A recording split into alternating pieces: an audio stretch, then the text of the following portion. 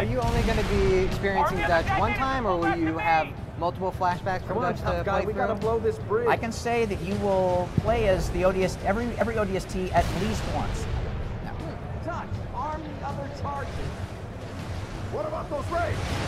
Forget about them. We got explosives to set. So it looks like here we're supposed to be defending this bridge from the Covenant. It looks like they're getting overwhelmed, correct? Exactly. So at this point in the story, Dutch has linked back up with Mickey, another member of the ODST squad, and he and Mickey have linked up with some New Mombasa police.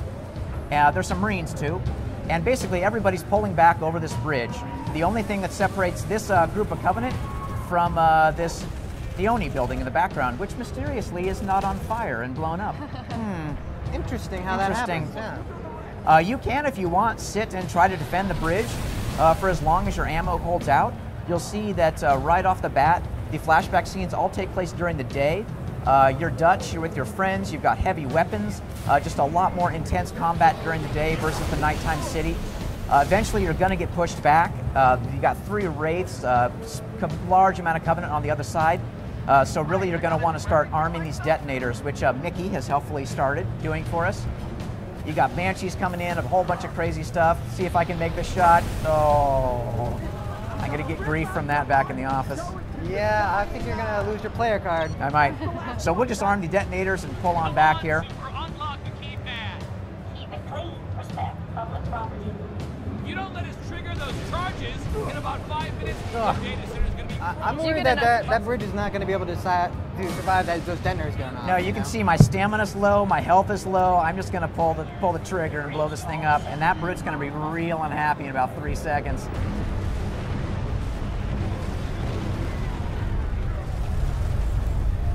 Now this is just a small part of this particular Dutch flashback mission. If we were to keep playing, he would play beyond the Oni wall and maybe even into the interior of the Oni building for more shenanigans. If you like, we could keep playing. We could. Unfortunately, the screen has gone to white for some reason. I don't know why. So strange. Darn trade shows. That might be a bug. That might be. So that's basically the end of our campaign demo. I could switch over to Firefight, or what do you guys want to do? It'd be great to see just a little bit of the Firefight so you can explain how that new mode works. All right, so bear with me here as I quit out and go back to the main menu really quick. But that's basically how the game works. You play as the rookie at night, finding clues, looking for members of your squad, and as you find those clues, you flash back in time and play as them for a little bit. And just for people who don't know, all of the maps from Halo 3 are back in this game and available. All the normal multiplayer carries over into ODST, correct? Exactly. So the way ODST works is it's 2 discs in one package. One disc is ODST and has the campaign and Firefight. And then there's another disc which contains 3 new multiplayer maps for Halo 3, including Heretic, which is a remake of Midship, which everybody's been asking for a while, and all other 21 multiplayer maps that we've released. But that's on its own standalone disc. So if you've lost your Halo 3 disc and just want to play multiplayer, if you want the 3 new maps, you just pop that separate disc in your 360 and you're good to go. I pawned my disc for this watch.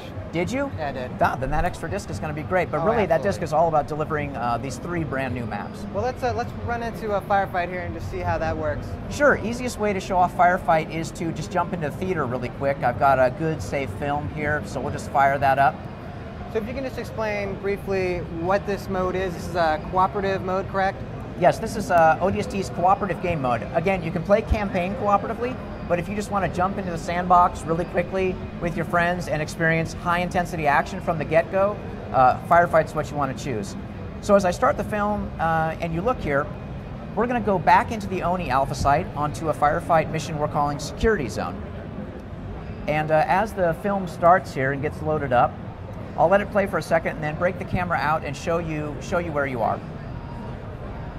So we'll just fight up a little bit and pause, disengage the camera, and fly up here. And you'll see I'm now looking at the bridge that we just blew up. So it would be beyond the wall, and this is what it would look like if you'd fought past the wall into the Oni interior. So a really nice wide open arena. You and your ODST squad are going to be up here on the high ground defending that position. And the Covenant's going to start spawning in dropships down on the lower level here. This can be described someone as being like the Horde mode from Gears of War, but a little bit better because, correct, each wave adds new skulls, new challenges basically for you to overcome. Yeah, I wouldn't say better because Horde is really fun. But you can say better. No, the thing about ODST Firefight is it's just different. And the thing that makes it different is we're really leveraging the Halo 3 sandbox. So you not only have vehicles on firefight maps, some would come with Warthogs and Ghosts. You're free to jump in those and drive them around. Of course, all the great AI is there too from Halo 3. We're implementing a couple new cool things though, which really set it apart too. If you look on the left-hand side of the screen, you see these icons, the hammer and the clover and the skull with one eye. Well, these are the Halo 3 skulls that you found, the difficulty modifiers. Gotcha. Firefight is a set of waves that you fight against the Covenant, and with each round, a round is a set of waves. It gets a little bit tricky, but trust me, it's really intuitive once you play. When we change rounds, we change the skulls. Right, to make it more difficult. Exactly, and not necessarily more difficult, but just more interesting. Different. Yeah. Right. So if you are fighting grunts in the first round, the grunts in the second round will behave totally differently. They'll throw more grenades. You'll only get health back if you melee attack them. So the Halo 3 sandbox is always evolving with the skulls. I hate to cut us close, but we're unfortunately, running out of time, so let's jump into some All right, so let's jump action. in really quick. Yeah. I'm just going to start the film here. You'll see that everybody's picked a different ODST. Here we've got Mickey, I believe. This guy has chosen to play Romeo, our sniper. This guy's Dutch, who we just played, and the leader of the ODSTs is Buck, your squad leader. So everybody's doing a good job here. Our ODSTs are sticking together as a group in firefight. Again, you're not Spartans. You want to stay together as a team. They've got the heavy weapons up, trying to suppress the turrets on these Phantoms coming in. Unfortunately for these guys, the waves are all random, and so not only are these Phantoms going to drop infantry, but they're going to drop 2 Wraiths right off the bat. And these Wraiths are going to do what Wraiths do, which is start shelling the ODST's positions. Boom, just blow up the turret. They'll start blowing up these big barriers too. The Wraiths got a bead on our team, and they're really going to make the high ground a difficult place to be. That's the way to start. Just start. Everything's just. Wow. Yep, this is not so good. Yes, this is not good. These guys are wisely hanging back and waiting for the Covenant to come up. I would consider just surrendering. You might. Luckily, this random drop gave us a grunt squad to start off the first wave of the first round. The guy with the turret is immediately going to work, taking down grunts.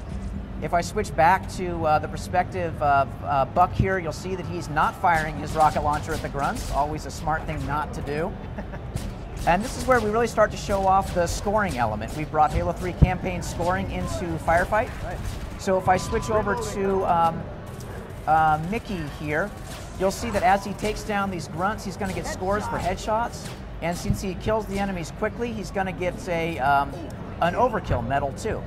You can see up on the right-hand side of the screen, top score 3760 is the team score. Mickey's score is down below. And at the end of the match, in the post-game Carnage report, you'll see all the medals and points added up. You can compare it with your friends. Great, looks great. Thanks so much for stopping by. Yeah, you bet. Thanks for having me. Thank you so much, guys. Now we are just getting started with our IGN at E3 2009 live coverage. Stay tuned for new looks at Ratchet & Clank Future, A Crack in Time, APB, Tekken 6, and a crap ton more.